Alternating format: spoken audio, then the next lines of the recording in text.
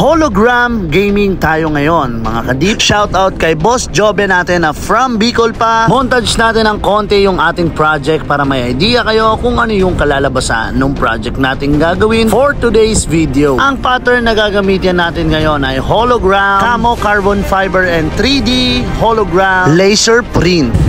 Yan na ba yun? Ayan eh. Hindi mo nakilala. So ayun, what's up mga kadip? May project na naman tayong dumating.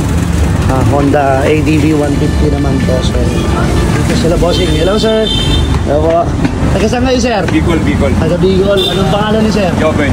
Si Boss Joben. Anong gagawin natin sa motor mo sir? Bali hologram. Hologram lahat no? Wait. So malupit to si sir kasi inner and outer hologram. So abangan nyo to dahil talagang kaabang-abang yan. Kadalasan kasi ditong pinapagawa puro outer lang. So atapang-atao si sir. Atapang-atao. Pangalan sir? Sir Noel. Sir Noel, taga ano ka lang rin sa kanya? Dito lang ako. Malapit lang din. So ayan, ang itsura niya ngayon, natumba daw kasi ng trapal. So winasak na nila yung trapal.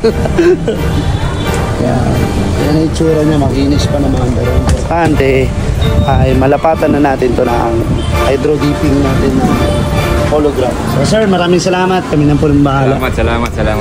Rekta na tayo agad sa hydro dipping process natin at ito yung mga panel na i-dip natin at nailatag ko na sa tubig yung pattern na ating gagamitin which is 3D hologram at ina-activate ko na ngayon itong pattern na nailatag natin kanina. Ang unang panel na ilulubog natin mga kadip ay front fender. Hindi na kami nag-double dipping or triple dipping dito sa fender na to dahil sobrang selan ng pattern na to mga kadip. Isa sa pinakamahal at isa sa pinakamaselan na pattern na nagamit namin dito sa aming shop. Pero hindi yan rason para sukuan natin at hindi natin mailatag sa mga kaha ng ating kliyente. At nailubog na nga natin yung front fender natin at ayan, hinahon ko na siya mga kadip. Ayan siya oh.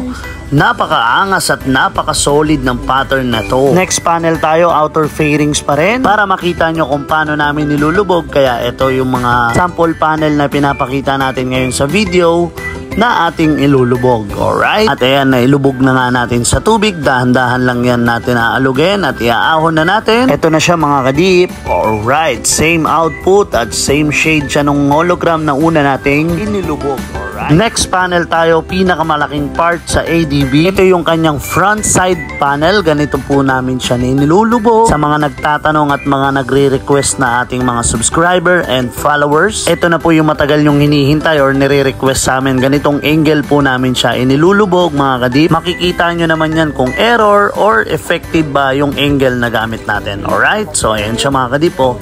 Lahat naman may print hanggang dun sa dulo hanggang sa mga sulok-sulok niya. So next step tayo agad para mabilis na natin matapos tong project na to at eto na nga. Hinuhugasan na yan ni Boss Buboy natin o Boss Rodel natin. After nyan, i-apply na natin yung high solid clear sa mga panel na natapos na natin ilubog. At pagkatapos natin ilubog mga kadip, eto na sila lahat. Habang pinapatuyo natin sila, gawin naman natin yung inner fairings niya at saka yung kanyang mugs. At eto na nga, piniprepare na nila Boss Rodel at Boss MJ natin. Hinuhugasan na nila pati yung loob at jump tayo agad sa hydro dipping process dahil matagal-tagal pa yung pagliliha natin kapag sinama pa natin sa video. Ito na yung hologram na camo carbon natin. I-activate ko na tapos sabay kami maglulubog ni Boss MJ. Napakamahal ng film na to kaya dapat sabay na natin sila ilubog.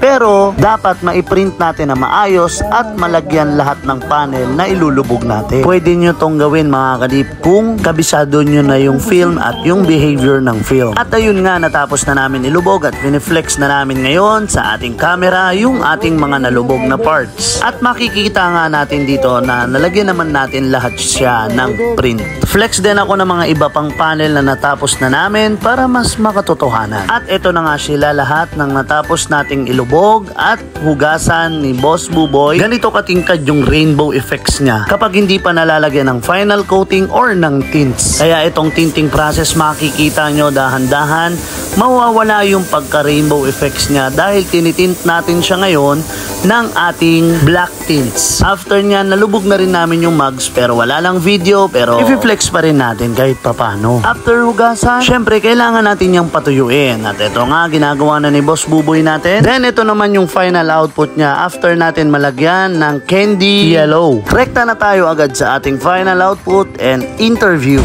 Yeah, kinikilatis na rin bossing, oh. Magso. Yun, oh. Yan na ba yun? Ayan eh.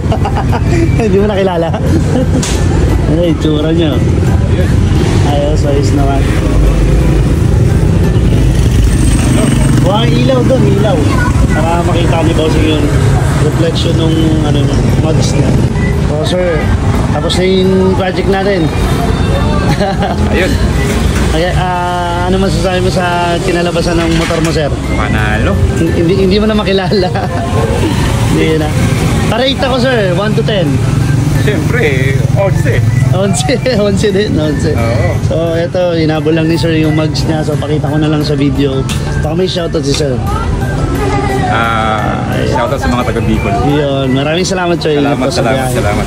At ayun nga, natapos na yung project natin mga kadip. At halos may speechless si bossing natin nang makita niya sa personal yung motor niya at hindi niya na halos makilala dahil sa bago nitong itsura. Sino ba naman kasing hindi mabibighani sa ganito kagandang motor or ganito kagandang kaha ng motor na hindi natin madalas nakikita sa kalsada kagaya ng design na to. Napaka-rare neto mga kadip. Or kung meron man yung ibang mga shop ng design na to, bihirang-bihira yung nagpapagawa ng buong kaha dahil sa sobrang mahal, sobrang hirap din i-dip ng ibang mga panel neto at sobrang hirap ng behavior ng film na to. Pero dahil pinagkatiwalaan tayo ni Bossing, pinilit nating abutin yung expectation ni Bossing sa project na to at natapos natin na maayos. Although pag uwi ni Bossing may konting aberya lang, pero ginawa naman natin ang paraan yun at all goods naman na. Muli maraming salamat Boss Jobe ng Bicol at ride safe po sa biyahe nyo at maraming salamat sa mga nanood at sumama sa paggawa ng project na to at tagumpay tayo mga kadip, natapos natin na maayos at congrats sa Team Polworks at sa mga tunay na nakasuporta sa atin hanggang sa YouTube channel natin. Maraming salamat, maging sa TikTok account natin. Maraming salamat mga kadip. Kung gusto nyo magpagawa ng mga ganitong obra, punta lang kayo sa shop dahil flooded na lahat ng social media account namin. Hindi na namin kayo magawang ma-replyan. Sorry kung hindi kami makapag-reply at hindi kami mayabang at hindi kami isnabero. Muli maraming salamat sa lahat.